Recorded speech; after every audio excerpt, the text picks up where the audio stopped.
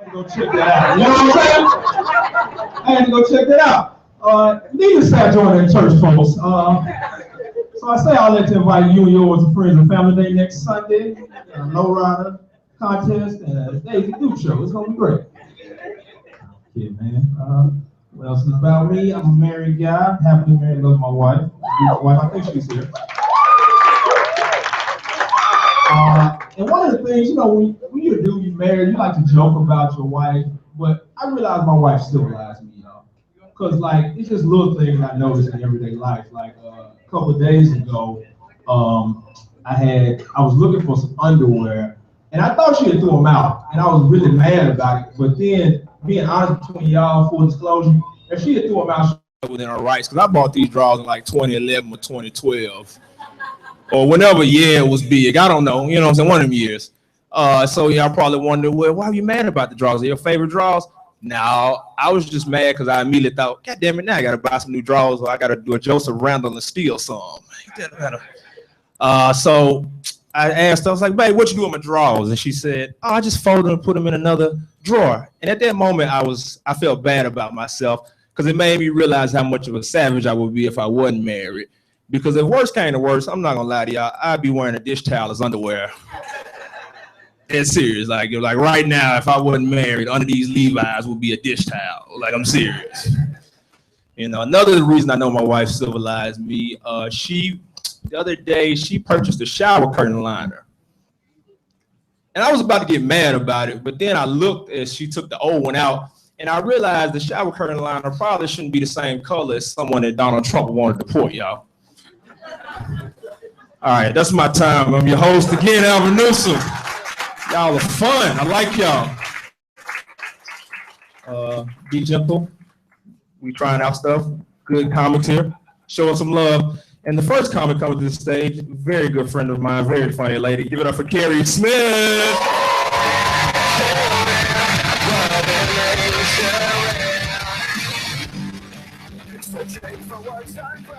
Addison Improv, how are we doing? How exciting. This is the second live streaming, right, on Google+. You guys can watch this shit from home. Who's drinking tonight? Nice. I'm not good at a lot of shit, that's why I do this. I don't fucking know who has the blue shit. So yeah, that's why I do stand-up, because I can't really hold down a job. I drink too much. I have a little voice inside my head that tells me, let's drink until we black out and make bad decisions. Anybody else? No? Okay, cool. Nice, thank you. I tried to negotiate with her too, like tonight I was like, man, Carrie, like tomorrow's Sunday, we're gonna wake up, we're gonna be productive. Right. We're drinking vodka Red Bull, bitch! Go home! Okay, that's fine, Carrie. We're not doing any shots. I made it this time. So far, I've had 2 Rumplements, 1 Tuaca, 1 Patron, 3 Millers, 2 Shiners, and 1 PBR, just to keep it classy. End of the night, it's always the same argument. Carrie, we're not doing any more shots. If we do one more shot, we're not going to be able to drive. We don't have to drive, Carrie. We can go home with that guy you met at Addison Improv. Or 7-Eleven. The point of the joke is, I don't judge.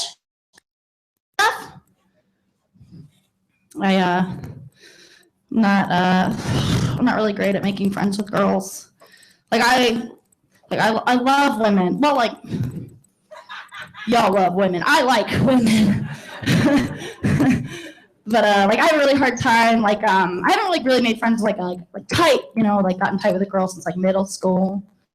And it's always meet a chick at a bar and I want to be friends so bad. But I don't know I don't know what we do. We just hang out, have slumber parties, practice kissing on each other. I'm do you want to go? I'll meet a chick. I'm do you want to go to the mall and go shopping or hang out or make out for free shots? I don't know. I don't like marketing towards women. I think it makes us all sound like basic bitches. I was driving up here and I heard a commercial on the radio for DSW. went a little something like, ladies, come to DSW because brunch just isn't brunch without shoes. The fuck it's not. I'm here for champagne and eggs. I don't need shoes. I don't even need pants. My favorite is the one, it's like that deodorant commercial where it's like, strong enough for me, enough for a woman. Have you seen some of the guys I've dated? I could beat the shit out of them. All right, I need a stronger deodorant. I like the one, I just imagine these guys, because it's guys making these, shitty commercials. They say stuff like I just imagine them, in a boardroom at the end of the day, Jim, we just landed the big Tampax Pearl account. We did it. I've got the slogan already. Don't worry about it, guys. Ladies, soak up the confidence. Gross! What are you doing? I realize I'm not allowed to drink with my black friends anymore. White girls, we do this thing where we get drunk and we say all of the things that we've been holding back for years. It's like a cathartic release. It's a cleansing per se, where you just drink a bunch of lemon drops and then you just bleh. I get drunk with my white friends. Just ask them. They say stuff like bitch. Remember that one time when we were in high school and then Jim asked you to prom and not me, you fucking bitch? I tried that with one of my black friends. I was like, hey Monica, hey bitch. She was like, what'd you say, white bitch? First of all, Monica, I don't think we're friends anymore. Second of all, I don't know why you had to say that with a hard eye. I think that's kind of rude. I've always wanted to date a black guy, but I also want to go home for Thanksgiving.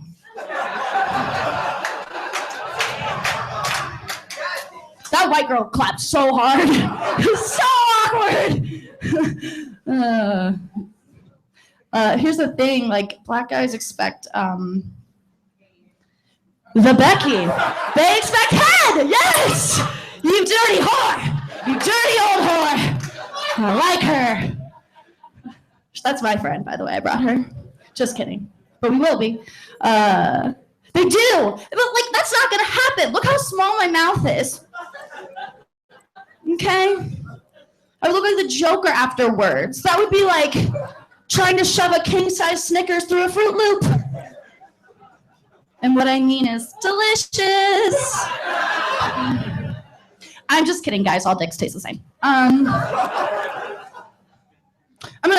I think I'm running out of time, so I'm gonna close on this one. Is anybody like a dirty talk? Anybody like total freak? Oh, just that one. That one. Here's the thing, I feel like I've gotten to a point, I was hooking up with this guy, and he just dirty talked the whole time. Just shut the fuck up and fuck me quietly, okay? I need you to talk through the whole thing. Here's the thing, I'm too old for regular dirty talk. I don't need you to tell me I'm a filthy bitch. I know who the fuck I am. And now you do too. You know what I want? I don't want a guy I want him to tell me shit I do want to hear. I want a guy to just bend me over and oh. Oh yeah. I'm gonna quit smoking weed all the time and get a real job. Oh, bitch, I'm gonna get a job with benefits. I'm gonna get you dental. I'm gonna get that expensive Blue Cross Blue Shield. You're nothing like your mother. You're so skinny. You're so fucking skinny. My name's Carrie Jasman Ell, thank you so much.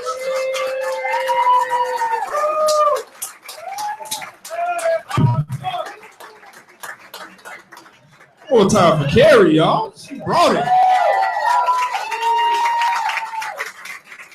All right, coming next to the stage is comedy's heartthrob. Give it up for John McBride. All right, this is awesome, guys. Saturday night, late night comedy. We're at the Improv. High five. Don't want to do it.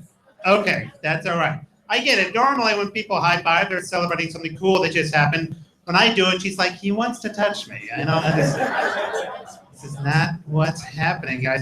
Let's see. I want to take a quick survey of the people, the types of people we have in this room tonight. All right, everybody, who is the type of person that will text back immediately or as fast as possible? Round of applause. All right. There were some delayed reactions there. There we go. I think we know what type of evil people you are. I didn't hear a lot coming out of you. There we go. I'm going to speak to you on behalf of all your friends that actually text you. We want to say F you, but we think it because we're obviously classy people, right, guys? No. You see, all we want to know is why. Okay? Why don't you text us back? The movie starts in 30 minutes. We got to know what you want to see. Now, guys, this is a confessional. I am actually a victim of not having people text back. I once had to sit alone in the movie theater seeing X-Men Origins Wolverine. And I understand I probably should have picked a more universally disliked movie, but my comedy comes from a real place, and that movie sucks. Real place. Guys, my girlfriend is not what you would call a first responder when it comes to texting messages there. She will wait up to, this is no exaggeration, 8 hours. 8 hours, that's a work day. And I have to sit on that all day. And every time this happens to me, I think, this is it. It's over. I'm gonna, you know what I'm gonna do? I'm gonna pack my shit up. I'm gonna move out. I'm gonna move back with my dad. We're gonna roll around and fuck the hose that night. That's what me and my dad are gonna do.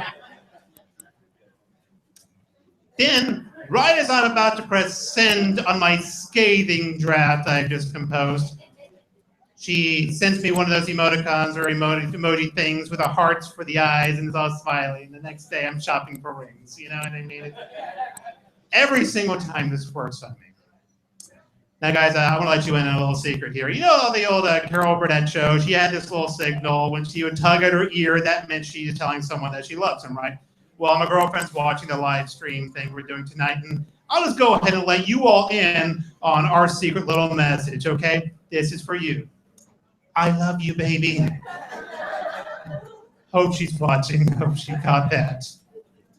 So, guys, I gotta admit, I wanted, when I said I had a girlfriend, I was wanting the females in the crowd to have like a groan of, oh, he's off the market. I didn't hear a lot of that. I appreciate you guys being honest with me, you know? So I've heard enough lies from women as it is, you know? Like, John, I'm busy tonight, or John, it's not you, it's me, and I love you, son. No, always things. Yeah, guys. Yeah, what I do like about, I'm going to get out of here on this one, but I will tell you, before I was in a committed relationship, I was out on the prowl. I was dating. You say, you're so on board with what I'm talking about. I love that. Now, I was out on the prowl. I was dating, and after a while, I noticed all I was doing was just paying for dinner. Yeah, I wasn't a player on Meals on Wheels. That's what I am. All right. Thank you, guys. Something to do tonight. Let's bring up your one of our hosts.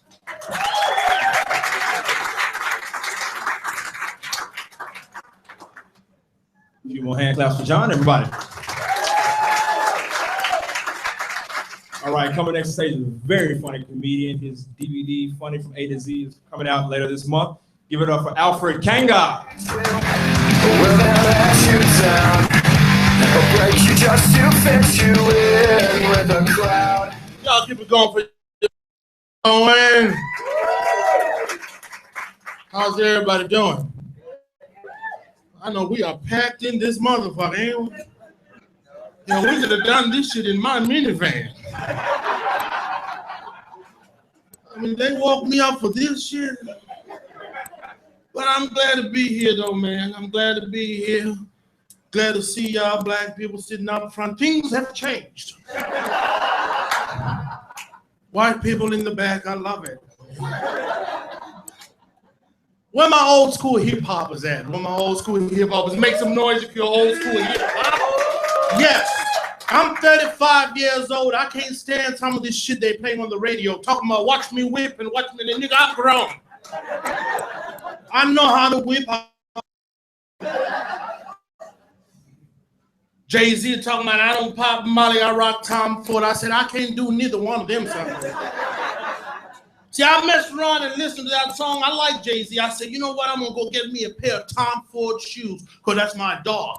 So I took myself to that North Park Mall, made myself look like a damn fool. I walked in there in a Nordstrom, you know, the most expensive store. I said, man, how much them Tom Ford shoes? This heifer gonna make me cuss in the store. Told me $999. I said, bitch, get the fuck out of here. That's my house payment. How the hell do you sleep at night? $1,000 for a pair of shoes? You got me messed up. So I left that store, went across the street to Ross, and I got this whole outfit for $49.99.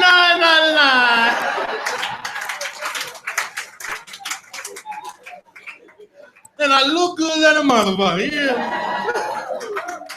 I went back home, I told my wife, I said, shit, rent is paid 1 more month, shit, we can stay. These rappers done lost touch with reality, man. I can't stand these new school rappers. Some of this shit they talk about, we can't even relate to. Talking about, I woke up in the new Bugatti.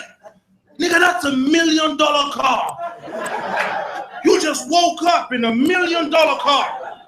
Here I am listening to your shit while I'm driving a Kia fucking Spectrum.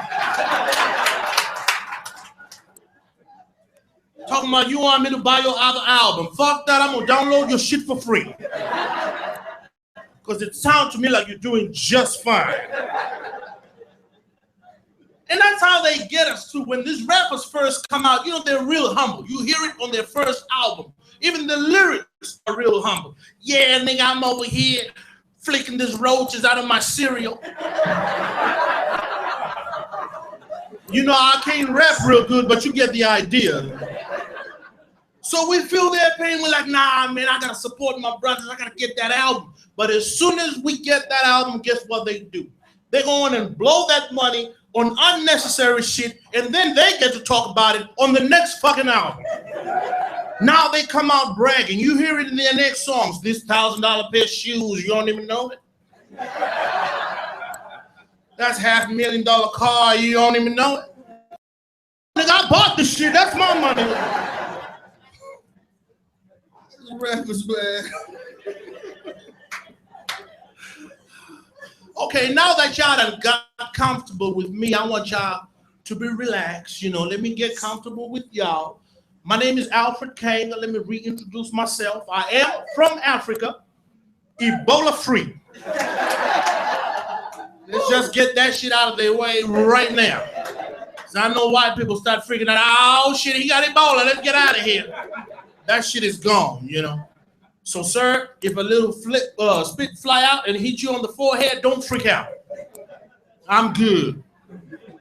I'll be honest with you, I'm glad Ebola's gone. I'm glad it's out of the way because when it first hit America, Ebola damn near ruined my fucking marriage. No lie, I've been with my wife for 6 years. We've been married for 3. My wife is from here. She's black. I got me a sister from Oak Cliff. She a little ghetto. But that's my boo, you know. But you know, when that Ebola shit hit, this heifer turned her back on me. Talking about, I don't think we should be sleeping together right now because of Africans and Ebola, and I just don't want to catch nothing. I looked at her, I said, let me tell you something, you sneaky bitch. I said, if we catch Ebola in this house, I'm whooping your ass. Because evidently you got another African you've been fucking around with and it ain't me. I got that shit squared up. I said, you gonna give me something tonight. Fuck what you heard.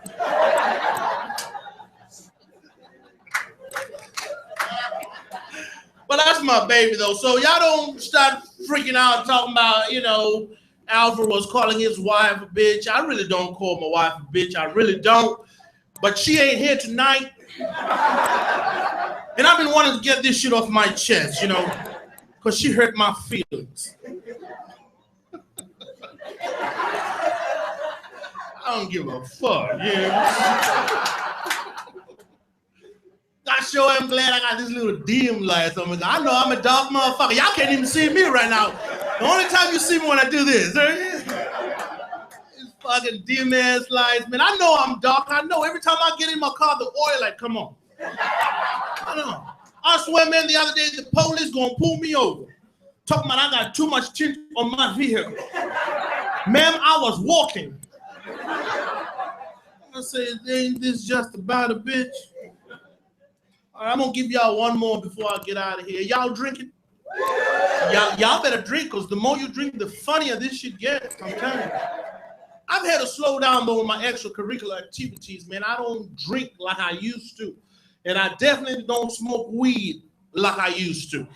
Okay? Look here, I used to get fucked up. You know, I've been in America for 16 years. I was about 19 years old when I first got here, man. I couldn't wait to turn up. You know, land of the but I used to get hammer drunk. I remember one time I got to my house at 2 o'clock in the morning and couldn't remember how to open my own fucking door. I started getting mad because I think somebody was on the inside leaning against that motherfucker. But I lived by myself. And I learned early on when I first came to America, man, you don't smoke weed with white people. See, white people are different from black folks. When white people smoke weed, this shit is crazy. I'm in college, my white buddies call me. They said, hey, Alfred, we gonna be in the room smoking some trees. Would you like to come through? I said, shit, would I? I'm from Africa. I know all about plants. I'll be there. But when I walked into their room, these white boys had something that I had never seen in my life. They had a bong strapped onto a gas mask. You hear me? I should have left right the fuck then. But the weed was free. And my mama raised me right. She said, you don't ever walk out on free shit. So I guess my better judgment, I stayed. And this white boys proceeded to strap this gas mask onto my face. I started freaking out. I said, why are we doing it like this, Bobby? He looked at me and said, so that we don't lose any type of smoke. White people are fucking efficient. But I didn't realize how quick this shit was gonna hit me because it hit me quick fast. As soon as I inhaled, I had smoke all up in my eyes. I couldn't even close my eyes. I was just like this right here. I knew I was high because my whiskers were doing a dance on my upper lip. Yeah. It felt like at one point my soul left my body, looked down upon me and said, player, you about to meet your maker. Needless to say, I left that room and went back to my apartment and ate a whole frozen pizza. While it was still fucking frozen. I said, this shit don't make no fucking sense. And I'll be honest with you folks, for the first time in my life, I turned into a snitch. Yes, I did. As soon as I came to, I went straight to that campus police and I told them, I said, look, them two white boys in that room smoking some shit they ain't got no business smoking. I done been high for 5 days. I done missed class for 5 days. I'm looking at that cop dead in there. I say, sir, this ain't what my mama sent me out here for. I came here to learn. Ladies and gentlemen, my name is Alfred Kanger. I appreciate it. Keep it going for Alfred, everybody. All right. All right, coming next to the stage is my brother from another mother. Very funny brother. Give it up for Dance O'Neal.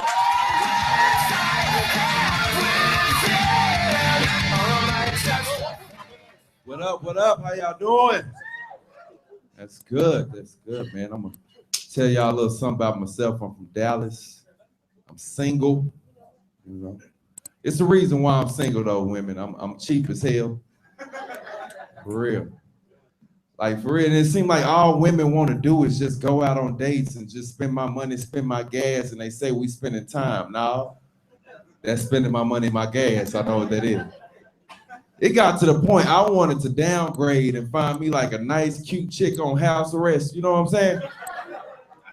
Bro, I could just take her on a 60-yard walk. That's Red Lobster. Like, girl, you know when you get that monitor off, we going everywhere, girl. Take you to Golden Corral. You know they got shrimp. Beep, beep. But right now, let me go and get you to the crib right now. Who's you, girl? I'm saving too much. For real, if you ain't got that bracelet monitor, you know what I'm saying.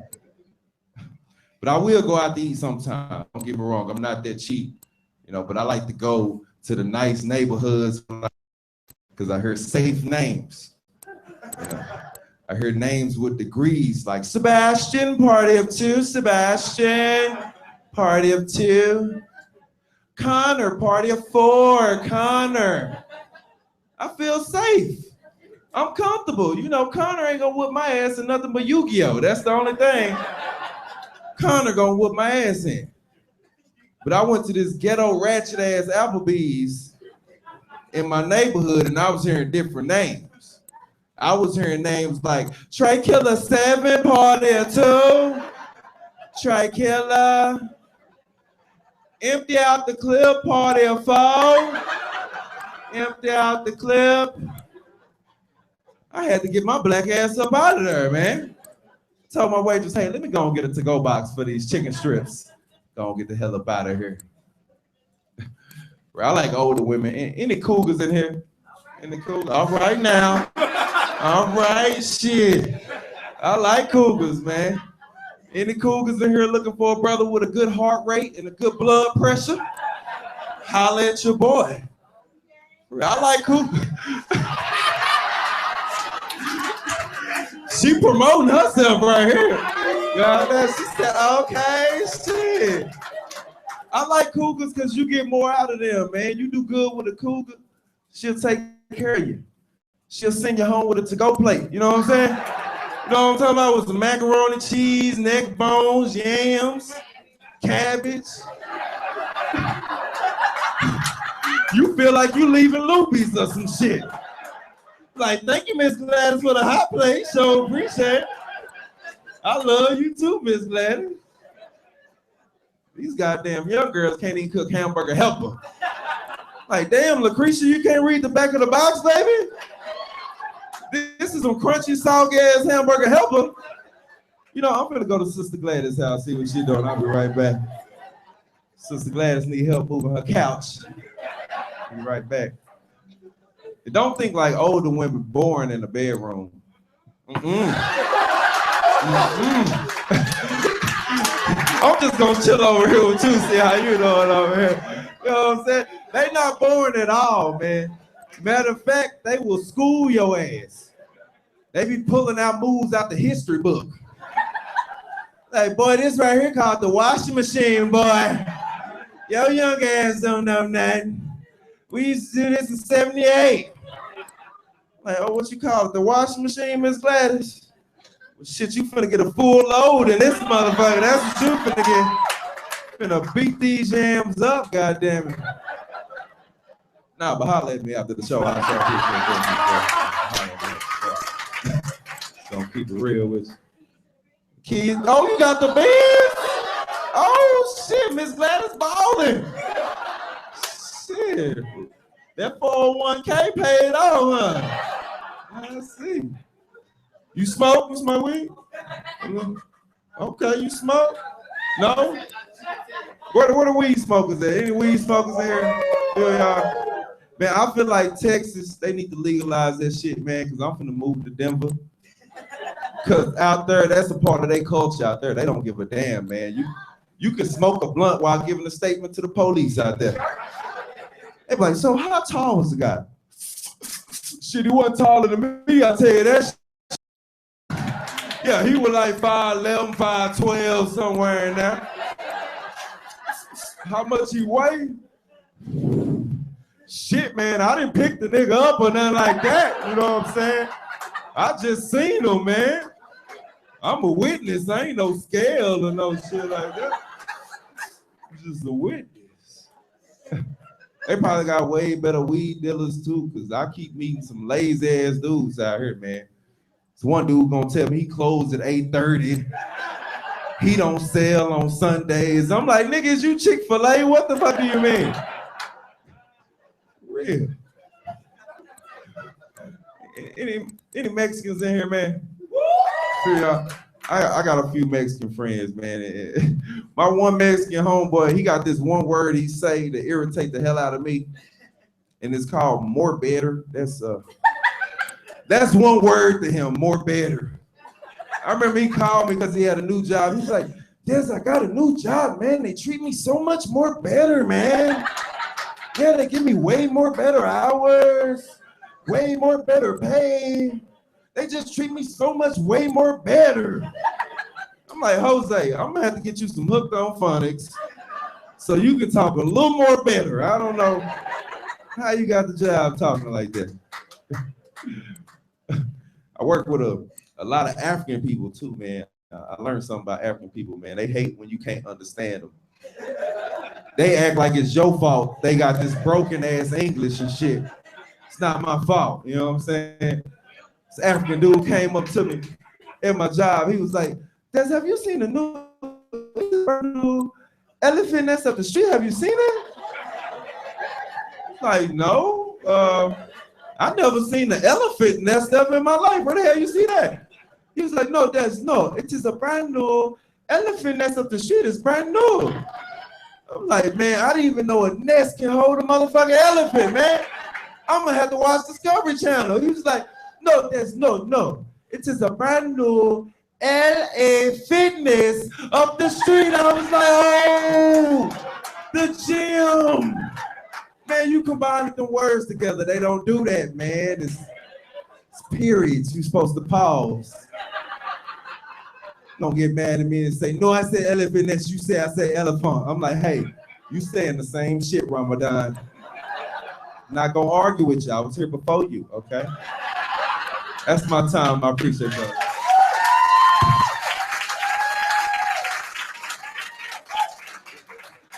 One more time for Dan O'Neill. He had a good set and found the sugar mama. Ain't that some shit? All right. All right, coming next to the stage is another good friend of mine. He does clubs and colleges all around this area. Give it up for Asher Allen. All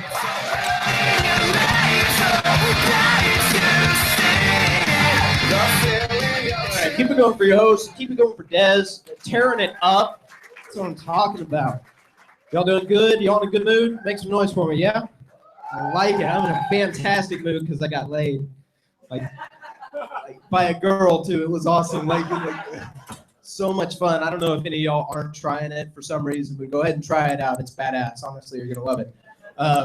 But I was really excited, so I sent a buddy of mine a text message, but I forgot a very important piece of punctuation.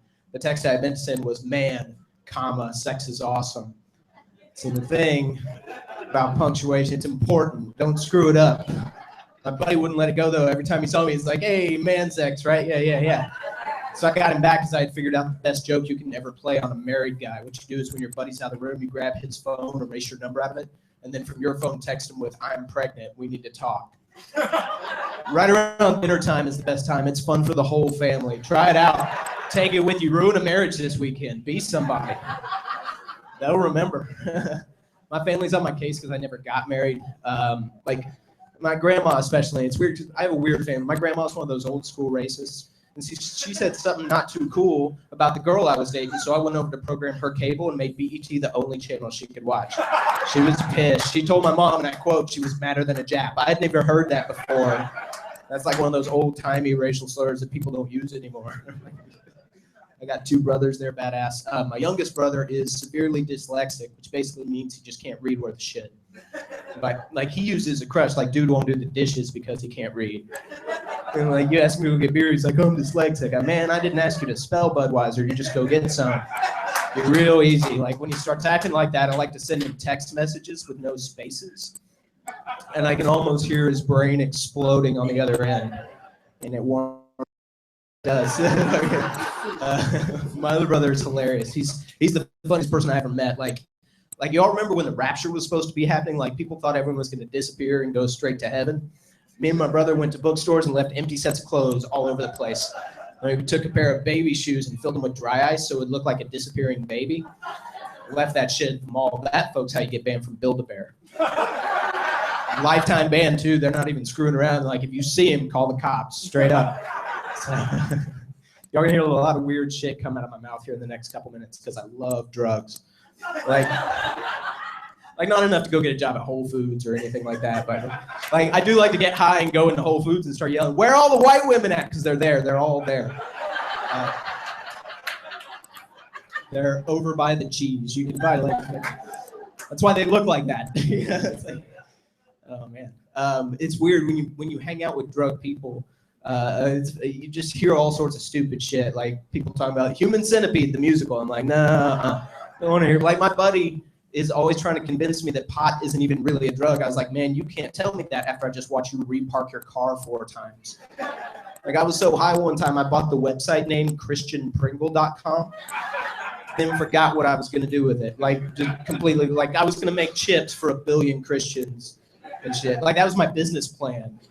You know, like, put faces on all the chips, like Jesus and Noah, and then like Mickey and Donald and Goofy, you know, for when Disney buys the Bible. It's going to happen. It's, you know, they already own ESPN and Marvel. Just wait. I couldn't handle seeing Goofy crucified, though. One of my favorite things to do is get really high and mess with my dog's mind. Like, not cruel or anything. Like, I'll see him burying a bone in the backyard, and I'll go replace it with bacon. Most dogs don't believe in God, but mine sure as hell do. Like, to them, it's a Christmas miracle, and I don't even know if they know the story of Jesus. We haven't talked about it. I didn't ask. I don't like cats, though. Cats suck. Thank you. Like, I always wondered about cats. Like, when they finish with their 9 lives, did they just go back to hell? There's like a holdover area where they get reincarnated as tow truck drivers and shit. Like, I got a buddy of mine. He's all proud of his outside cat. He's like, it's wild. It's feral. Like, motherfucker, you don't own that cat. That cat is playing you with 5 other families. You're his side human. Do I need to explain this shit? They give cats, dogs, all sorts of cool jobs. Like, if you ever see like a seeing eye cat, dude, just take you to a busy intersection, be like, go for it, chump. I'm like, dick head. I saw this commercial that upset me. It was about a young veteran who had lost his leg in combat, and he's adjusting to life on his new fake leg. He was playing softball on his new fake leg, but the team he was playing for was the Pirates, and I'm like, that's not nice. That's a real commercial too. I didn't make one bit of that up. Some jerk producer was like, put it in. Nobody's gonna notice. I noticed. Makes me angry. I saw this phone sex commercial, and in it you had these pretty girls in their panties talking dirty on phones that still had cords. I hadn't seen a phone with a cord in, like, how old are these bitches now? You call up, you'd be like, what are you wearing? 6 pairs of socks, I'm cold. You're like, whoa. Oh, man. I'm single, and most of you are like, no shit. Like, because you're an awful human being. I'm not. I'm really not. We got couples in here. Couples make a little bit of noise for me. See, that's cute. I like that. Like finding the perfect person's like winning the lottery. But we're all realistic people. Like, we all know you're never going to get all 6 numbers, right? It's like you're never going to get all 6 things you're looking for. And a girl, like, sure, she's honest and cute and funny, got a good job and a cool family, but she's missing an eye. By the way, if you do meet a girl who's missing an eye, she's probably not going to mind you staring at her breast. She's not going to be like, hey, up here, dude, you know. And I'm no gem either. I mean, I was born straight, white, Catholic, American male with a Jewish first name. So for those of you keeping score, that means I actually am the devil. Like Hispanic chicks won't date me because I look like the bad guy in all their TV shows. Every girl I've ever met puts guys into one of 3 categories, like, as soon as she sees them. The first category is, I want to sleep with him. Second category is, I'd probably let him sleep with me. Third category is gross. And you better watch out. If you get put in that third category, you better buckle up, son, because life's going to be a long, shitty ride. At that point, sex becomes a part of your budget.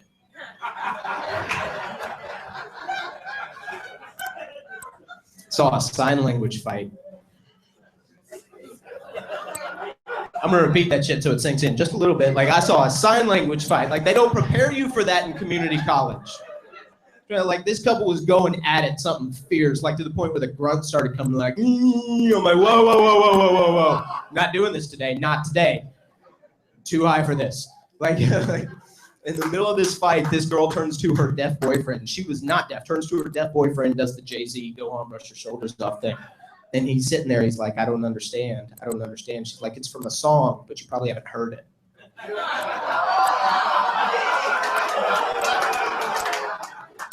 Dude didn't need sign language at that point. He's like, but I'm out. And he left. So I did the right thing. And I got her number. All right, you guys have been fantastic. My name's Asher Allen. A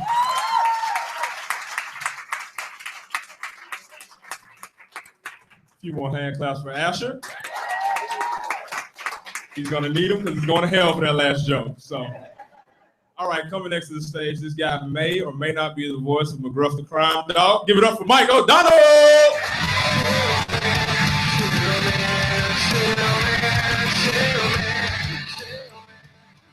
It's a much larger audience than I'm used to playing. I'm used to playing an audience of about 12. Yeah. In fact, I played an audience of 12 just Thursday. It went well, and hopefully this does too, and you find me not guilty like they did. Like, I thought I was going to go to for real big boy prison, and I freaked out because I don't have any tattoos. So I went out and got some ink. I got an ST on my left cheek and a P on my right cheek. That way, if I drop the soap, it says, stop! I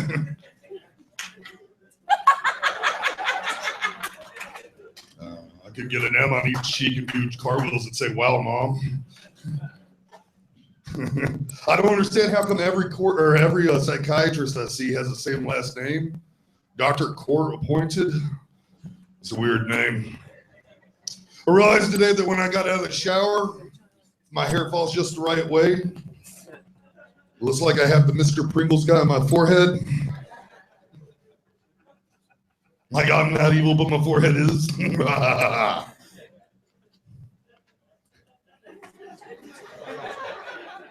At least it's my hair.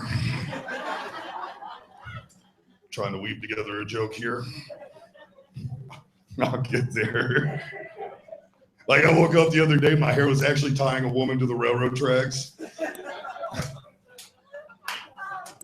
Vaudeville music was playing in the background. It's really weird. I need a girlfriend really badly because I got a weird mole on my back and he checked out. Like, this is the first time in my life I've been closer to having health insurance than a girlfriend. Thanks. So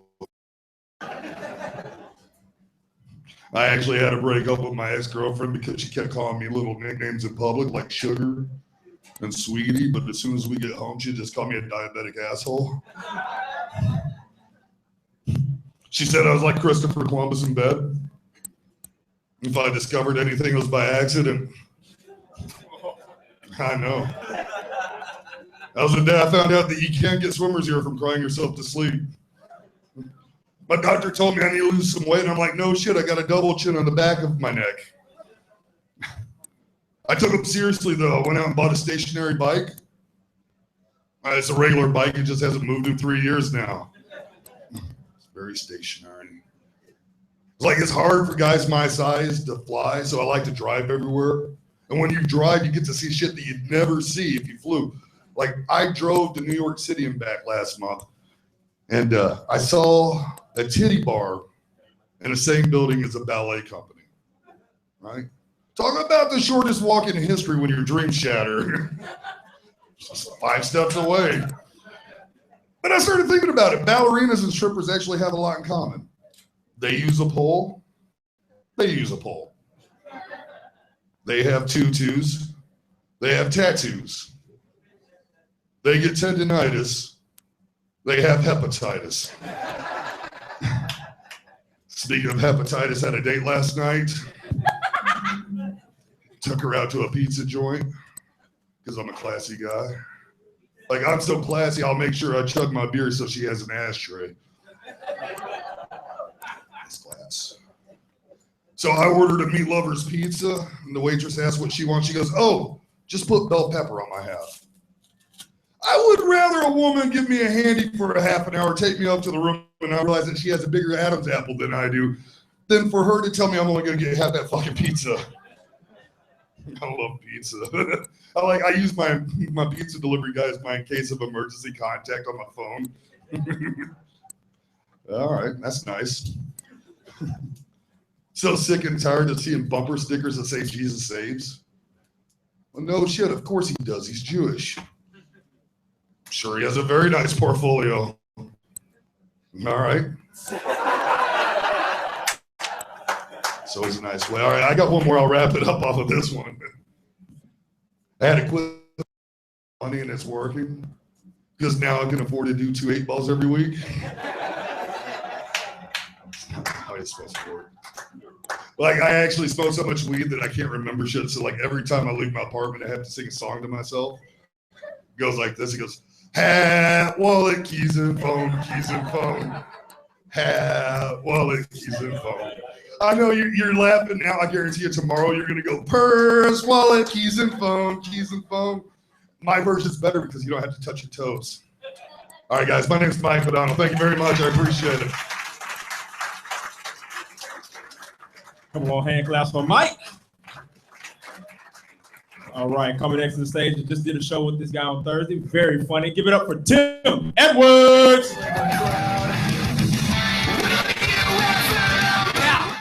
Y'all give it up for Alvin Newsom. Alvin Newsom. Whitest name for a black nigga. Like Alvin Newsom. I love comedy, man. I'm glad y'all here, man. I love comedy. Comedy by far the best job I've ever had. Used to be a part of the Murder Mystery Theater Company in Dallas. That didn't work out. I was the only black guy in the cast. At the end of the night, the audience kept blaming the murder on me. You know what I mean? I flipped out one night. The old lady said, "You know what? I think you did." I was like, "Bitch, I was a victim." Like, I know. It's just something about you. Just something about you. I've seen the first 48, nigga. I know how this works. Like, shit. A lot of jobs. Not trying to brag. I used to work at McDonald's, man. Not trying to brag.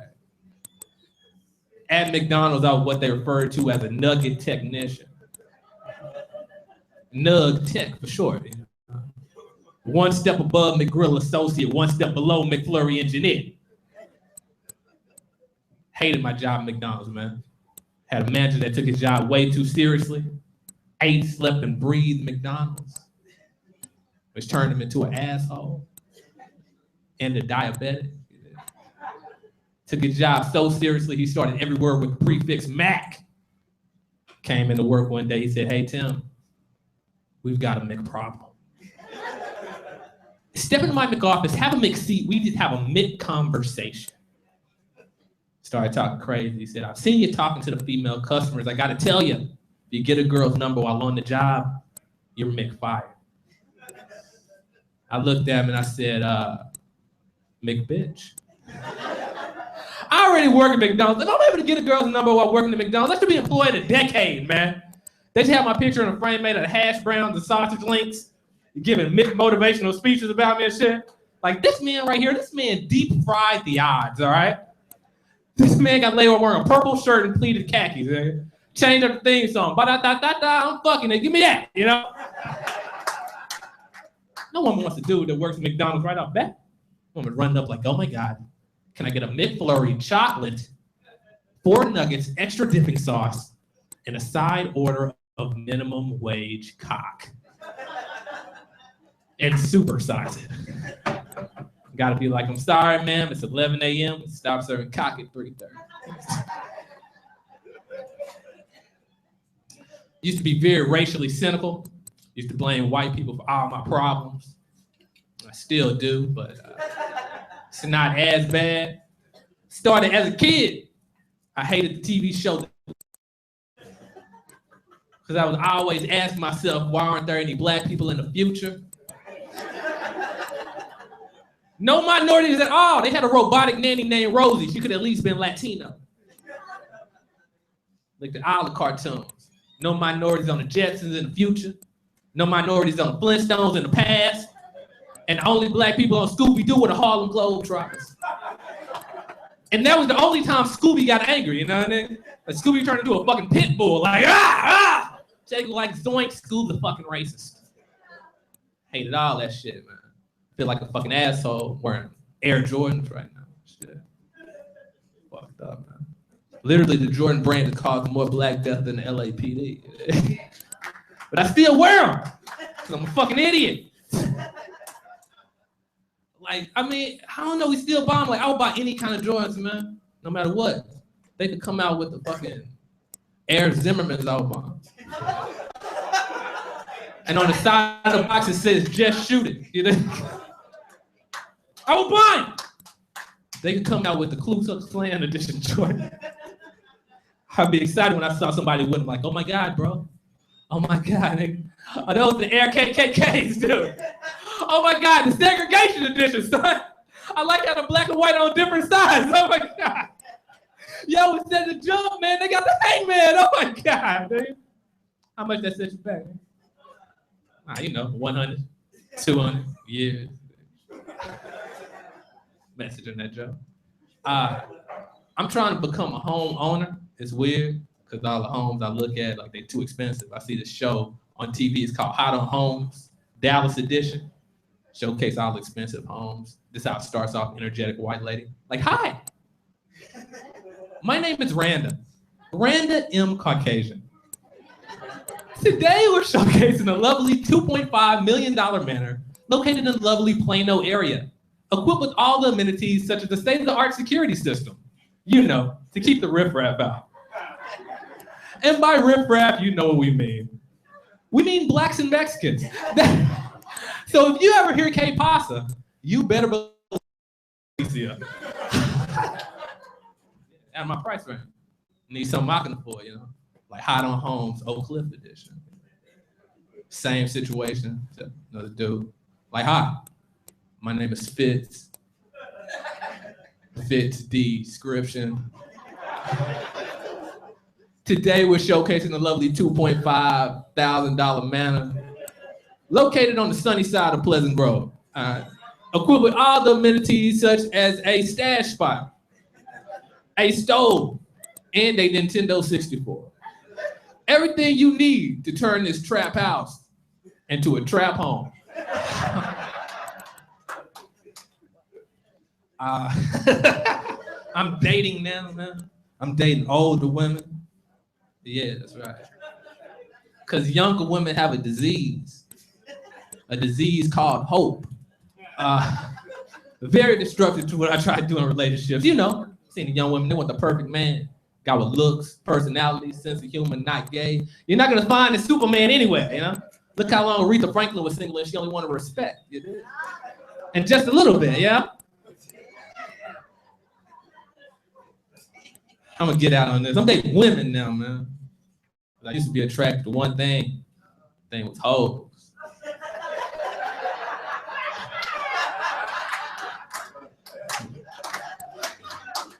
You know, there are different words for it. Old school players call them trollops. Young players call them thoughts. Christians call them Catholics. I wrote a poem about it.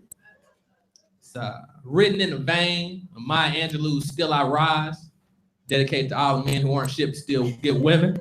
It's entitled Still I Get Hoes by Tim Evans. Get y'all snap for me. I haven't had a job since 2004. My home is a blanket on my best friend's floor. Yet still, I get hoes. Out of style fashions, that's all I wore. FUBU, Fat Form, and jeans by Jabot. Yet still, I get hoes. When I go to the grocery store, my girlfriend climbs through the trunk because the handle is broke. On my passenger side though, but like a light-skinned nigga with cornrows, still, I get hoes. How many kids do I have? 4. Do I take care of them? No. But like a civil rights protester with hands exposed, still, I get hoes. My name is Tim Ell. You got me right here. Keep it going for Tim, y'all. All right, this next comic you can catch on the Chicks and Giggles podcast every Sunday at 5 p.m. Give it up for Diane Michelle.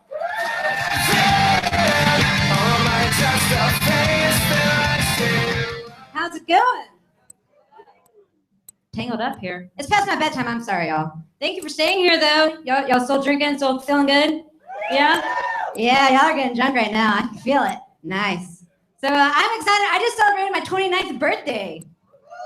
Right? I told my mom this is going to be a big year for me. Like, I'm going to stop getting carded for R-rated movies.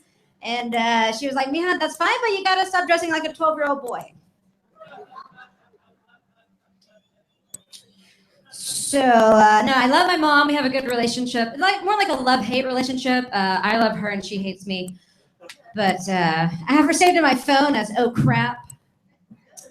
Because every time she calls, I'm like, oh crap, she can smell the weed from here. What the fuck?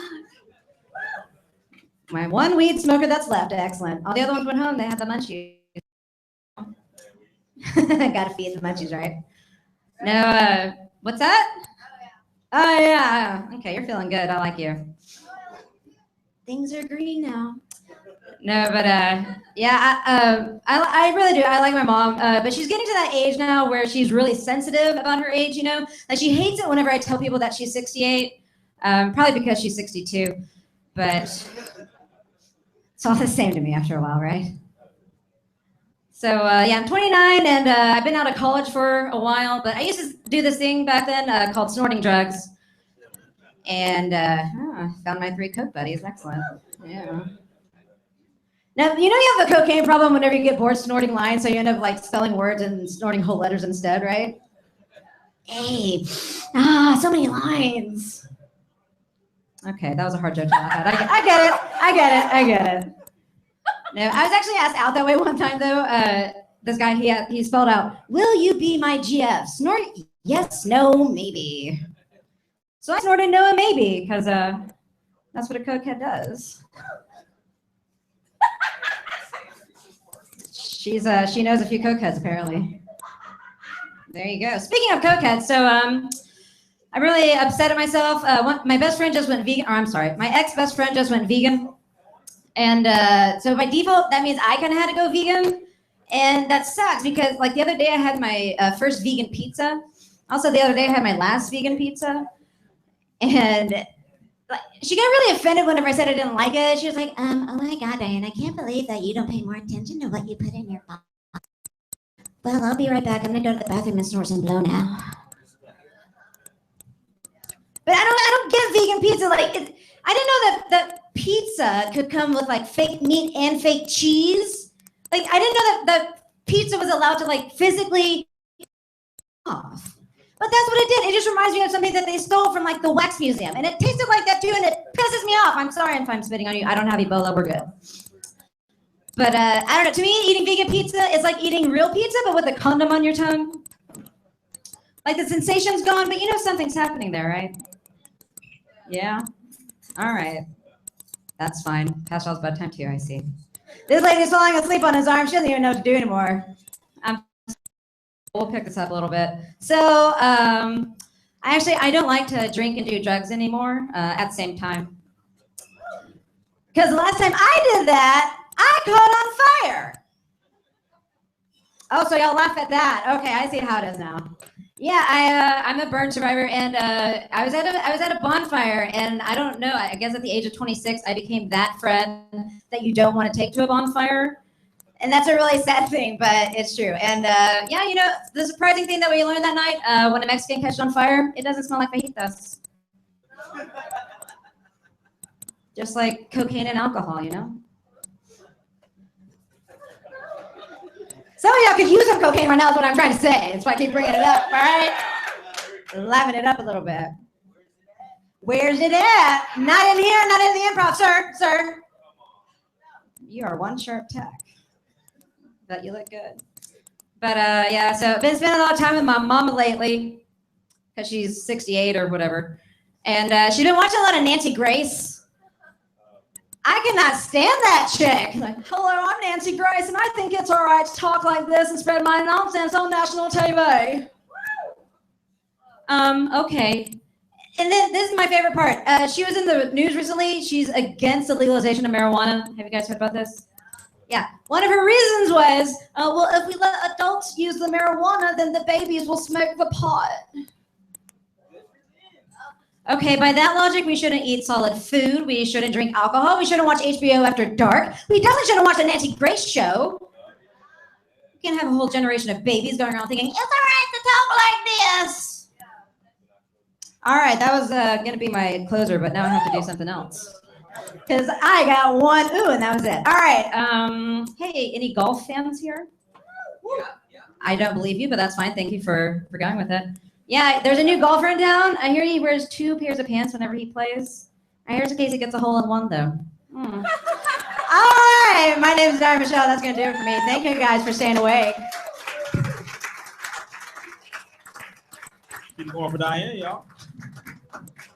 Coming next to the stage is a jewel of Dallas comedy, a real treasure. Give it up for Jason James.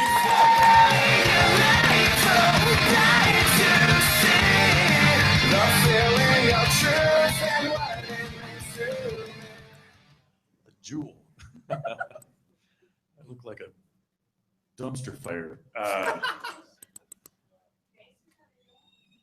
Thank you. Were you at the earlier one? Yes. That's all for me. Thank you guys very much. I can't follow that, so not really, because I didn't give a shit before. So I'm not a good person. I'm not saying that I'm mean or that I would ever hurt anybody, but there's just some things about me that I'm not proud of. And I'm aware of the issues and I'm working on it. Like, one of the things that makes me a shitty person is that I find myself more and more often not cheering for things as much as I find myself cheering against things. Now, it's this time of the year that brings it up, football. I'm a huge football fan. Okay, so a few years ago, I was dating a girl, and she was a University of Texas fan, and this was when Texas was good. I don't know if you saw the score from earlier. It was 50-7. Yeah, it was a long time ago. I'm alone now, and I don't. If you watch sports with me to the passive observer, it may seem like I'm rooting for the underdog. And if anybody here does that, that's a commendable trait. You're a good person. But the reality is, I don't give a shit about the underdog. I just like seeing the team that's supposed to win lose. So this UT Big 12 championship game that we went to, they were playing Nebraska or some shit, but it doesn't matter. And she had gone to the University of Texas, so she was a UT fan, which makes sense. And what was weird, when we got to the viewing party, I looked down and I realized that both she and I were wearing University of Texas shit because she controlled all of the vagina. That's how sports works when you're 40. So that's just so. When we watched the game, and Texas was heavily favored, but in my heart, inside, I wanted Nebraska to win. And again, I didn't give a shit about Nebraska. I just wanted to see the team that's supposed to win fucking lose, and not just lose a little bit. Like, in my heart, my little fucking Grinch who stole Christmas, shitty dead fucking heart. I wanted to see Texas lose so bad that at the end of the game, the ABC cameras would pan through the stadium and stop and focus on like a little 6 or 7-year-old little boy with blonde hair, probably of Czech descent.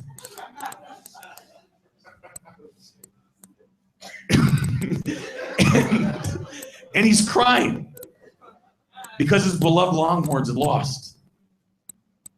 But he's not just crying a little bit. He's crying so much that his tears are washing away that stupid little fake fucking Longhorn tattoo on his cheek.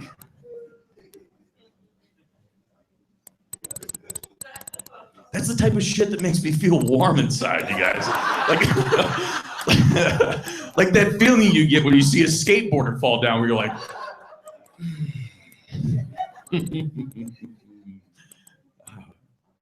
he's gonna try it again. He's gonna try it again. Go ahead.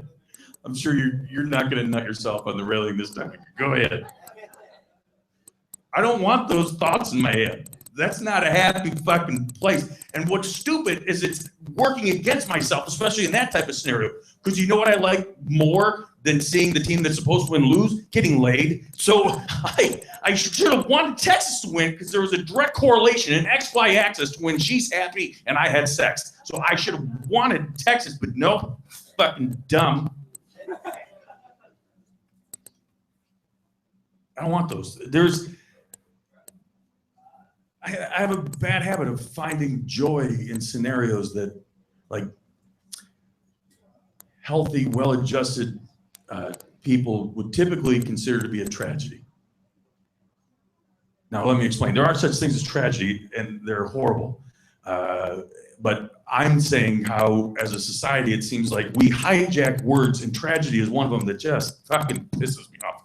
Because we apply that word to situations that it doesn't belong. An excellent example of that would be SeaWorld. Yeah, I think everybody's aware of the story of the trainer that got the killer whale named Tilikum, dragged her down to the bottom of the pool, and she died. And a lot of people said that that was a tragedy, and it's not. It's hilarious, and I'll tell you why. If you ever get a chance to see the movie Blackfish, you can see it's incredible. But the reason that it's not a tragedy, it's hilarious. At the press conference with the spokesperson for SeaWorld, this is what she said. Right in the camera, she's like, "We're shocked. We can't believe that Tilikum did this to her." I'm like, "You're shocked? It's a killer fucking whale. You can't be shocked when the animal did the shit that's in its fucking name." She didn't get cuddled to death by a koala, you dick. You're like, what? Did you see the koala on the fucking couch and they're spooning and killed her? No, she didn't get beaten up by a bunch of butterflies, you dicks. It was a killer fucking whale, and it did. First of all, that's reason one. Reason number two, she was the third fucking trainer this particular whale killed. You're gonna be pissed and kill a whale with a rap sheet? Fuck you. You can't. No, it's not how shocks and tragedies fucking work. The first person, I shit you not, there was a drunk guy that broke into the amusement park in Florida. Drunk guy breaks in. Drunk guy falls into the pool. Tilikum bit his dick off. Bit his dick the fuck off. Bit it off. And then with his mouth fucking threw it out of the pool. Fuck, if that's not a red flag, I don't know. Maybe stop fucking riding them. They're not sea ponies, you dickheads.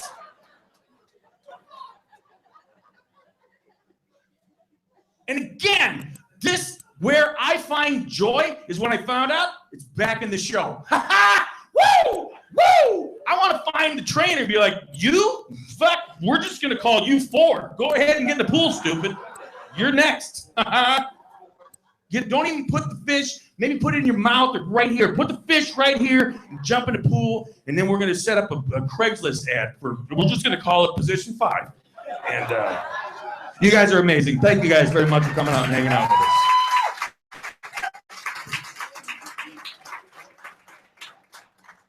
You want hand claps for Jason James, everybody. Hilarious. All right, coming next to the stage, in all sincerity, is one of the most interesting comics I know. He has one of the greatest and most interesting backstories ever. Give it up for James Steve.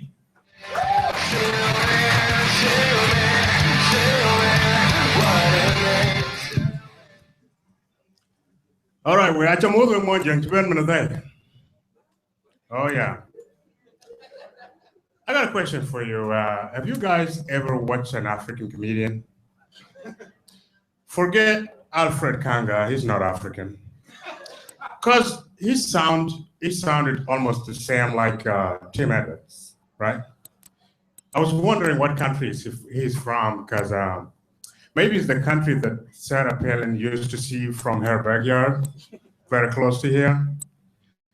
But yeah, I'm Sudanese, and Sudan is an African word. I mean, it's an Arabic word for black. And no Sudanese person has done comedy in America before. So I am the first black comedian. I also want to mention that I have 2 kids. and their mother is a Black American woman, which means my kids are half black, half black. Now, O'Neill was talking about how he cannot understand Africans, you know, but I think there is a perception that when people tell that you're not from here, they assume that you don't know.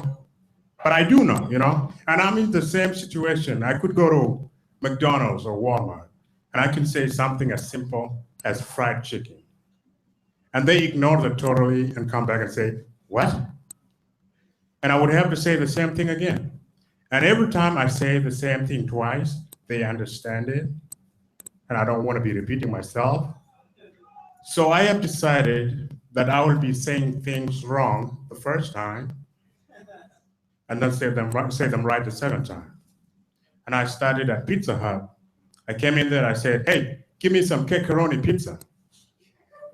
And they said, what? And I said, pepperoni. And it worked. It worked, you know? But I've been trying to compose long sentences, but they're still hard for me. You know, like I practice at home, I can say, shut the fuck up, and still sound like an American. I can also say dick pics, it's fine. And so I've been trying to put the two together so I can come up with a long sentence. And I printed my dick pics last week. And I'm sitting at home, I'm looking at them, hey, you need to shut the fuck up because the dick pics are not good.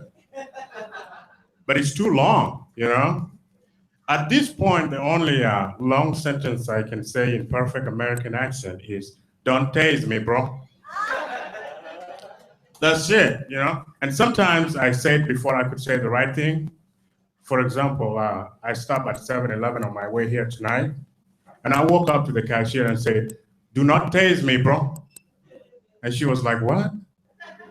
And I said, okay, here is $20 on pump 6. You know, that's how I'm going to go with it. I drive a cab here in town, yellow taxi. It's a very difficult job. I was in a fight with 4 people about 2 months ago at the Billy Bob's. They got in the cab. There were 4 white young people. They got in the cab. And one of them said, hey, what's going on, my nigga? And I don't know what to say to that, you know, but it's a customer service situation. So I was like, okay, whatever. So I began to drive and one of them threw up right away. And they said, oh, we need to get out of this cab because it smells like puke. And I said, but you did it. And they were like, yeah, we did it, but we still need a cleaner one. And I was trying to be nice, like take them home and then go to the car wash, but they were nagging me along the way. So I pull over on the side of the road and I said, okay, get the fuck out. You know, but one of them jumped and punched me on the head. And I usually don't get in a fight until I know I'm going to be paid for my time. And I touched their pockets when they got into the cab. So I knocked the shit out of one of the guys. And it wasn't like I was trying to kill him or anything, because I don't want to do that again. You know? So anyway, I ended up taking one of their credit cards and swiped it for $150. And so far, nobody has called in to report the theft.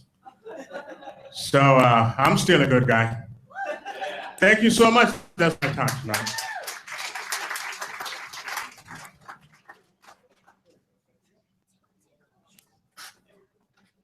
Keep it going for James, everybody.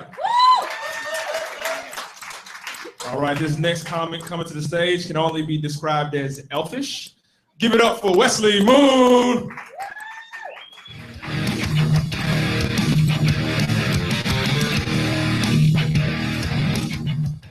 Hey guys, what's up? Thank you so much for staying out this late. It is quite late. But are you guys fans of the show Shark Tank? Love that show. It's great. I'm working on my $1 million idea because I think to mention to them. It's going to be a dating app for elementary school kids. I'm going to call it Tindergarten. You know, swipe right for nap time. And I think Jeff will go for it, but not sure about Jeff.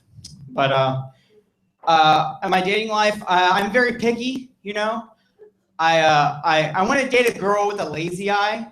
So every time we have sex, it looks like it's the greatest sex she's ever had. It's like, it's like, baby, your eyes. It's in your eyes. But you know, I know we have lots of beautiful, attractive women here tonight. How many of you ladies shop at Lane Bryant? Yeah, I see some stares out there. Because everybody gets so embarrassed when I talk about Lane Bryant because there's some kind of unspoken bond between the kind of clothes that Lane Bryant sells and their clientele. Because we all kind of know they sell the bigger clothes, but they'll never admit it, you know. But I started having questions about them because I was driving past a billboard the other day that advertised for Lane Bryant plus sized. I'm like, you know what? Maybe finally Lane Bryant's owning up to it. Or maybe the clothes that Lane Bryant were selling just weren't big enough anymore. They had to expand into a new franchise, you know? You walk into their store, all the things they sell are like parachutes and tarps. You know, with enough fabric to cover everything.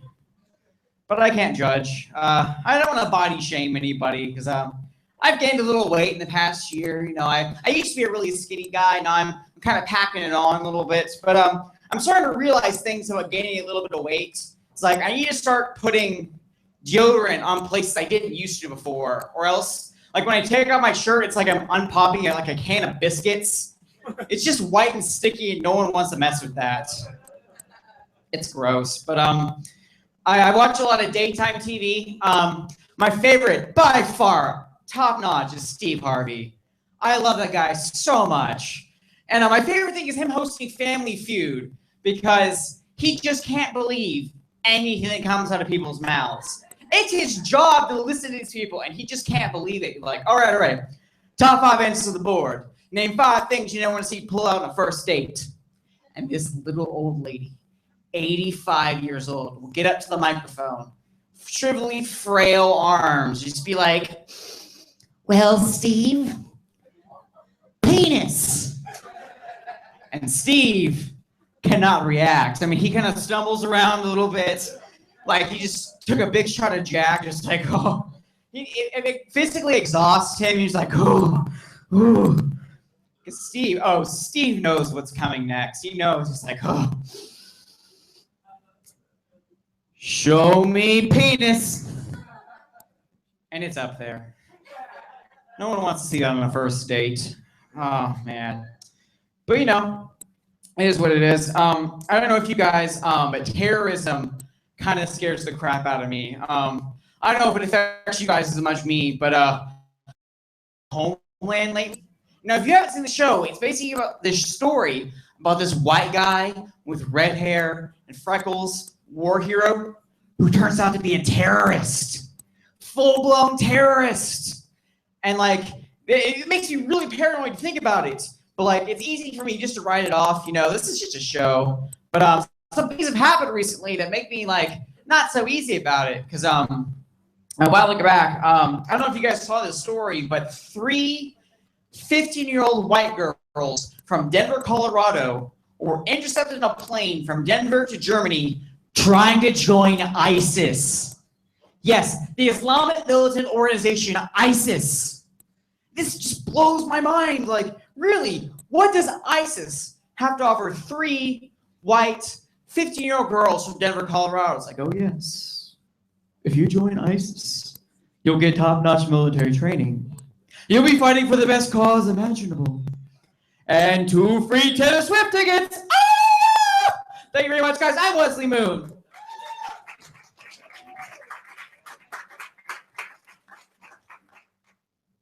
Couple more hand claps for Wesley, everybody. All right, we come down to the home stretch. Keep up your energy, man. Keep it going. This next comic, very funny. You've seen him on the Wendy Williams show. Give it up for David Jessup. Shit. Look at all the people leaving. They're like, fuck this. We are out of here. Another white guy. Another fucking white guy. Guy back up here. Where's the guy from Africa? Get them the fuck back up here. What the fuck? Too many white guys here. What's up? Thank you guys so much for coming out, man. You are a cool motherfucker right there, man. We are going to hang out later. We're going to do coke. We're going to do stuff. What's up, girls? Being a white guy, I want to touch your hair so fucking bad. I don't know. I know it's a weird thing. I know. I don't know why we want to do it. We just want to do it. What's up? Look at shaking her head.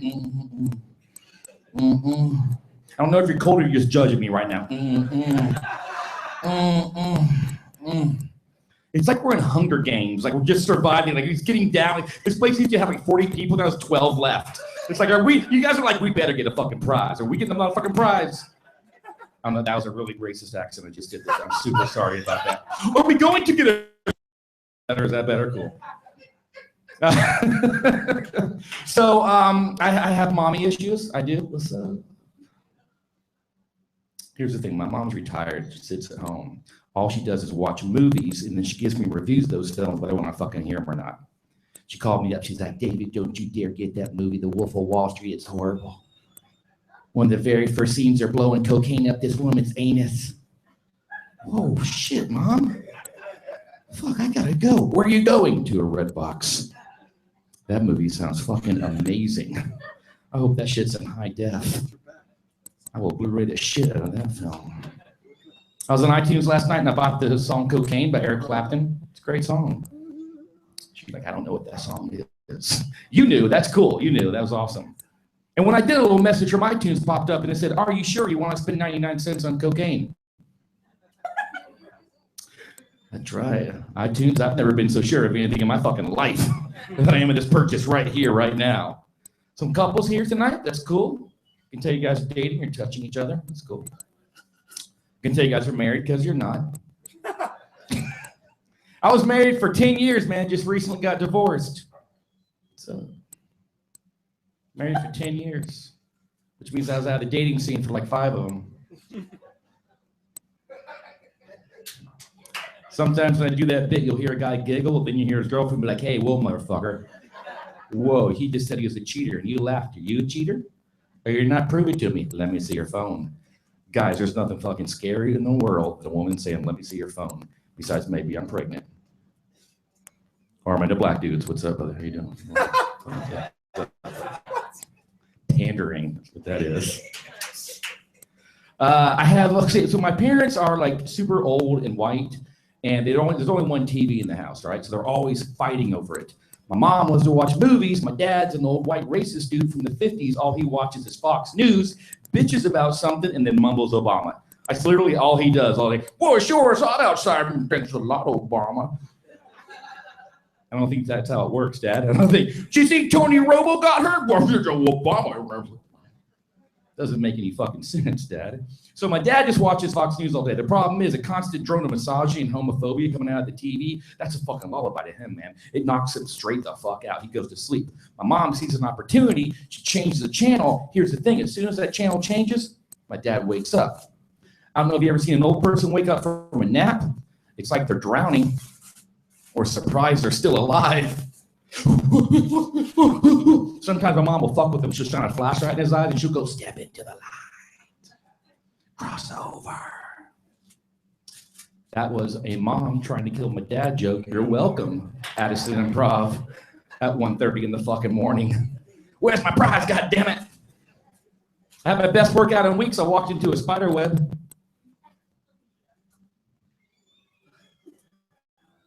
Pretty fucking horrifying, isn't it? Thank you. Wasn't really a joke. I was just experiencing something. Okay, guys, I gotta get the fuck out of here because I'm old and I'm tired of shit. And I'm a Miami Dolphin fan, and they're playing in London, and they're playing at 8:30 in the fucking morning tomorrow, so I've gotta get the fuck out of here. Yeah, before I do though, I'm gonna tell you a shit joke. It's not really a shit joke. I'm not really gonna talk about shit, but it's about shitting. It's basically, here's the deal.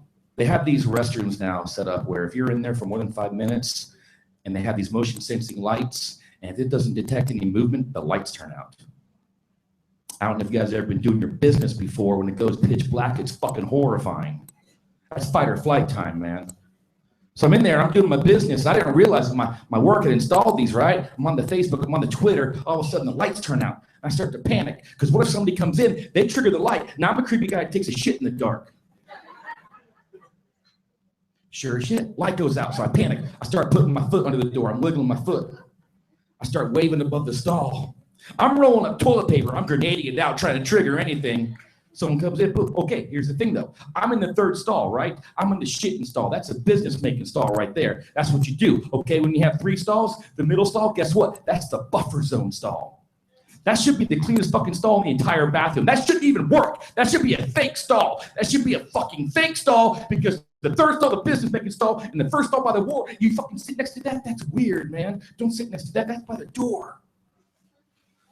I'm passionate about shitting is what I'm trying to say right now. I'd say hallelujah, but that'd be kind of racist of me. I don't know why I looked at you when I said that. I apologize. I apologize. Are you guys just gonna stay up till church starts? Is that what's gonna happen here? Thank you guys very much. We did it, Justin.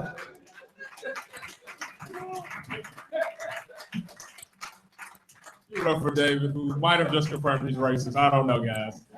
All right, coming next to the stage is another fine comic. He used to have a beard. I don't know why he got rid of it. That's a poor life choice. Give it up for Dan Danzig.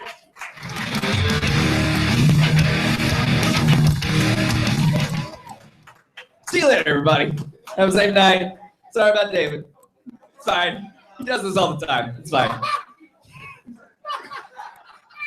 All right.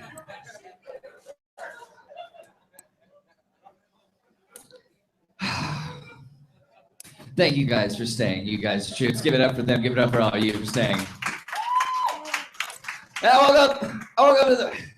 I've had a bad day today. I'm glad I'm doing stand-up tonight because I had a bad day. I was planning to see The Martian with Matt Damon. Instead, I spent about as much money as it takes to send a person to Mars on my car today because it broke down.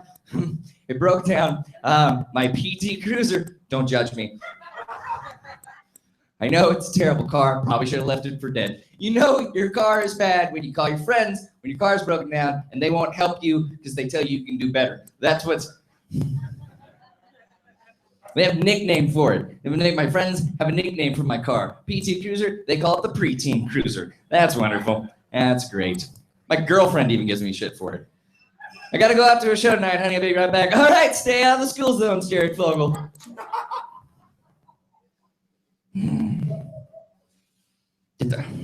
It just sucks being me because I'm like just this. I'm almost 30 and I look 13. Man-child, get carded for Red Bull, and I have gray hair, which is confusing. I have this Benjamin Button-y shit going on that I can't. Just sucks being me. That's it. Dating's tough with me. How many are in a relationship right now? Great, Tinder dates at the Improv. Man, I want to get laid tonight, but I don't want to know the person and I don't want to talk. Where do I? Oh, it's fine. Y'all are, I'm just going to talk to y'all. Come on over. So, I was on Tinder, and through Tinder, I got into a relationship with a 19-year-old. My friends told me I could do better, but I didn't know any 18-year-olds. So, there was that one. Well, here's the thing. Here's why we broke up. When you're dating somebody, 19, you're just dating 18, 19-year-old in general, you have real problems and they don't, like, at all. She called me, became manager and had me fired. Like, sweetie, that's tough, but life gets so much worse. You can find another job tomorrow. Life gets worse. How does it get worse, Dan? Why, she's got her shit together. How about that? She knows how to work the Sonic.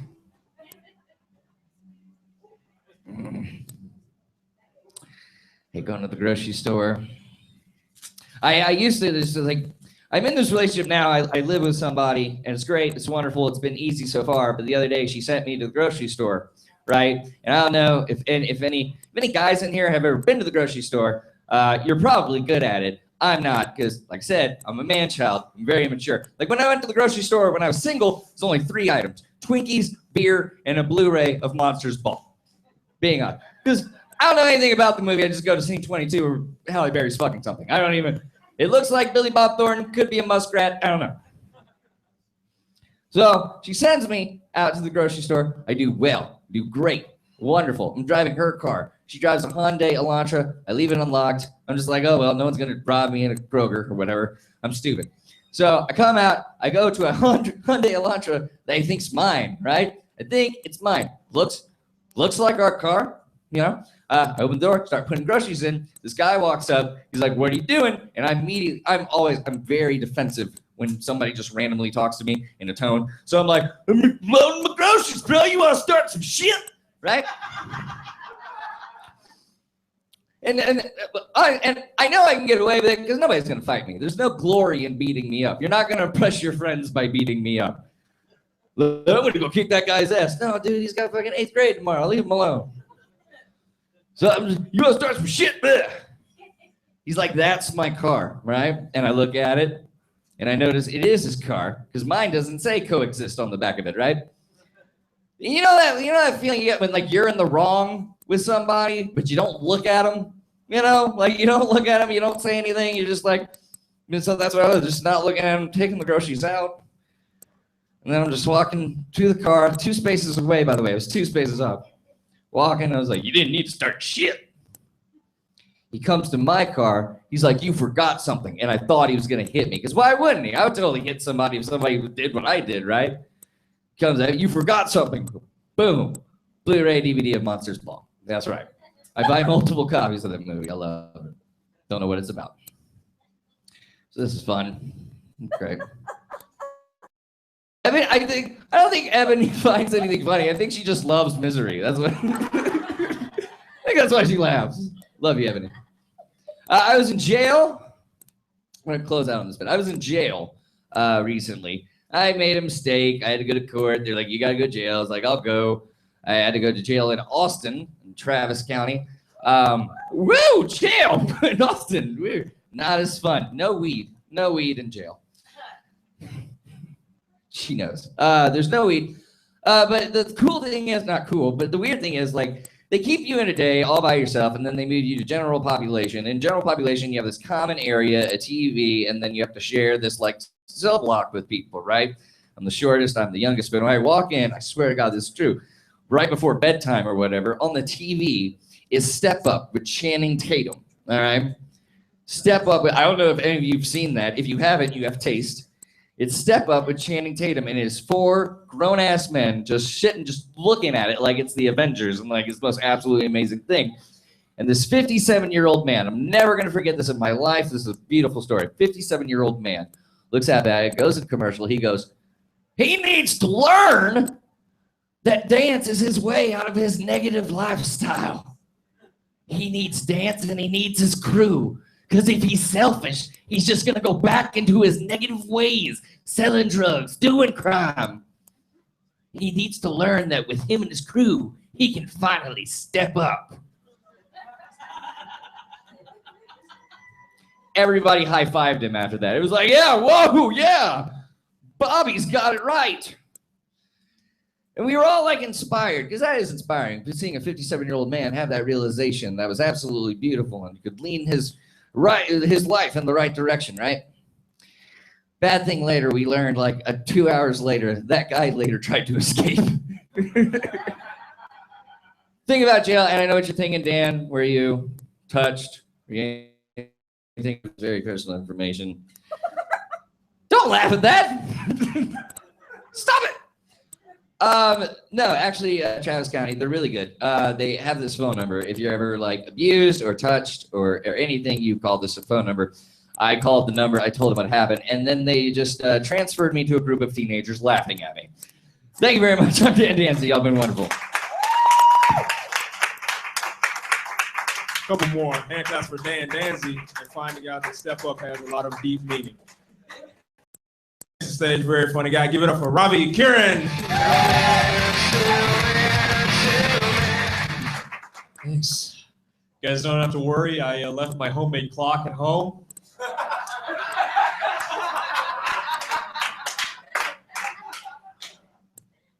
So when I was growing up, my parents were always worried that I would be kidnapped or murdered or something in the streets. So they never let me stay out very late. You know, it was always as soon as the sun sets, I got to come home. And at first I really hated that. And then I understood why. It's because my parents moved from India to New York in the early 1980s, which if you guys don't know, New York in the early 80s was just a filthy cesspool of dirt and violence.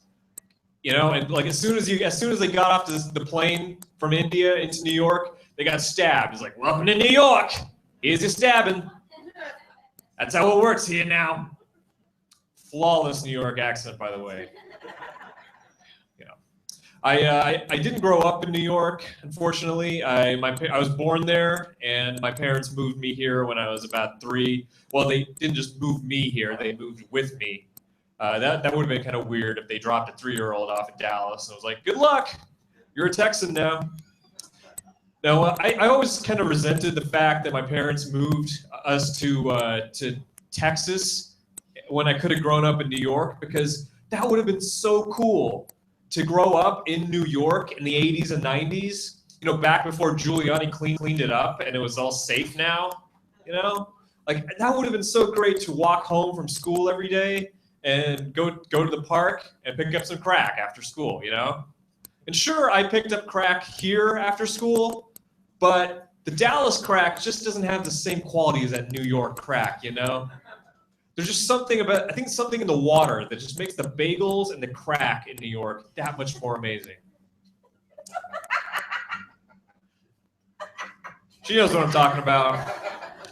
Dallas crack. Yeah. So I got a friend who's a substitute teacher, and that's a weird job, substitute teacher, because there's no other profession besides teaching where if you can't show up for a day, they just bring in some guy, a random person. You don't, if you're about to have surgery, you don't go into the hospital and hear somebody say, "Oh, I'm sorry, Dr. Stevenson couldn't make it. But what we do have instead of Dr. Stevenson is this community college dropout to show you videos." Only profession that does that. Yeah, when I was a kid, I wanted to get a tattoo really badly when I was a kid, and because back then tattoos were kind of cool and they were still rebellious. Like if you had a tattoo, you were either a former prisoner or you were in the, you killed somebody and you didn't get caught, something like that, And now tattoos are mainstream. Tattoos and piercings are just, I know policemen and teachers who have tattoos now. It's no longer a taboo thing, which I feel like as a society, you need something to rebel against. There's nothing left really to rebel against. There's no way to rebel. It used to be there's tattoos and piercings and stuff like that. Now the only thing that's left is crack and maybe smoking cigarettes inside. And both of those would be equally shocking if you did those at the office, Like if you lit up a cigarette at the office, they'd be like, "Oh my God. I mean, that guy over there is doing crack, but this is just ridiculous." 2 jokes about crack tonight. Yeah, that's a record for me. Speaking of crack, there's a new weight loss trend called bulletproof coffee. I don't know if you guys know what this is, but it's coffee mixed with butter, and it's supposed to help you lose weight. And the way it helps you lose weight is you mix the coffee with the butter, and you just shit yourself all day. That's how you do it. I joined a gym recently. I have the opposite problem. I need to gain weight. So I joined a gym, and I don't know what to do at the gym, and I can't afford personal training sessions. So what I do is I go to the gym, I see somebody else on a personal training session, and I just kind of copy their moves a few feet away. I'm currently shadowing a 48-year-old woman. All right, that is my time, everybody. My name is Robbie Kieran. Thank you very much. Couple more hand claps for Robbie. All right, folks, hang tight. We're on our last comic of the evening. This comic is one of my personal favorites. I can't say enough good things about this comic. She's my sister from another mister. Give it up for Jasman Ell. What's up? How are y'all doing? Good. Thank you guys so much for sticking around. I appreciate you guys. I do. I feel great about myself because I made the realization that this is what I am meant to do. I'll tell you how. So I found a porn star that looks exactly like me. And I was like, well, there goes plan B. So this shit has to work. I don't have any other skills, all right? That's all I was gonna do was tell jokes and fuck, all right? That's all I had planned. I I should be embarrassed to admit that I watch porn, but I watch something way worse. I watch really shitty reality shows. Oh, I'm embarrassed about it. You guys ever seen the show Hoarders on TLC? Oh, it's so fun to watch because they call it hoarders, which is like a little cute way to say like mentally ill people who can't let go. And then Extreme Cheapskates is also another one of my favorites, which is like poor people who are creative. But notice that title makes you feel better about Extreme Cheapskates. I was watching this one episode where a lady, she did her entire house. She had no heat, no water, nothing. She just found her own ways to do things. So what she would do is she would steal newspapers, mind you. She's not buying a newspaper. She would steal newspapers and then use them as insulation all over her house, right? And then keep in mind, this is a cheap lady. So when she would go to the bathroom that had a window in it, she would just crack that window open and pull some of that insulation out and use that as toilet paper, the thing that's supposed to be keeping her house warm. Now, I am not a mathematician, but I am pretty sure that toilet paper costs less than a yeast infection. Like, that's just science to me. I'm not 100% sure about that. There's another one I love called 1,000 Ways to Die. You guys ever seen that one? Oh, it's the worst. The best thing about that show is the horrible voiceovers. They're always like, because what they do is they take a real way that someone died, and then they present it to you in a way that makes you laugh at someone dying. So they're like, John was in the woods camping out when he decided to cheat on his wife. Then he suddenly went blind and was mauled by a bear. And it's okay because he's an adulterer. But meanwhile, like John ran a youth group and was faithfully married for 40 years, but that's not as funny. I'm so scared I'm gonna end up on one of those shows because I don't live my life right. I really don't. I really, really don't. Like, I'm one of those women whose car, you would think I live out of it. You think I'm completely homeless. There's about 30 half-empty water bottles in it right now. You guys do that? Like, you take a water bottle every morning, and then you never, but in your mind, you're like, yeah, I'm gonna drink water today. You don't freaking drink the water, you don't. So there's like 30 half-empty water bottles in there. There's a bunch of clothes, shoes. I am scared that all it's gonna take is one bad day and one hard push on the brakes, and then I'm gonna be knocked unconscious by a water bottle and just spin off into traffic. And I told my mom about this fear, and she goes, if that happens, we'll tell people it was drugs. Thank you. Yeah, that shit's embarrassing. Another one of my weird fears, because I always have too much lotion on my hands, I always think I'm gonna lose control of the steering wheel and just roll into traffic. Like, nobody, this is a black fear. Like, sometimes you have too much lotion. How many times have you been late to something because you can't get a door open? You're just, it's a problem. Like, being lotion excess is a problem. It's a real concern. It really is. There's so many black issues. I can't have fun on Halloween. Halloween is not a fun black people holiday for two reasons. One, we're insanely religious in this country.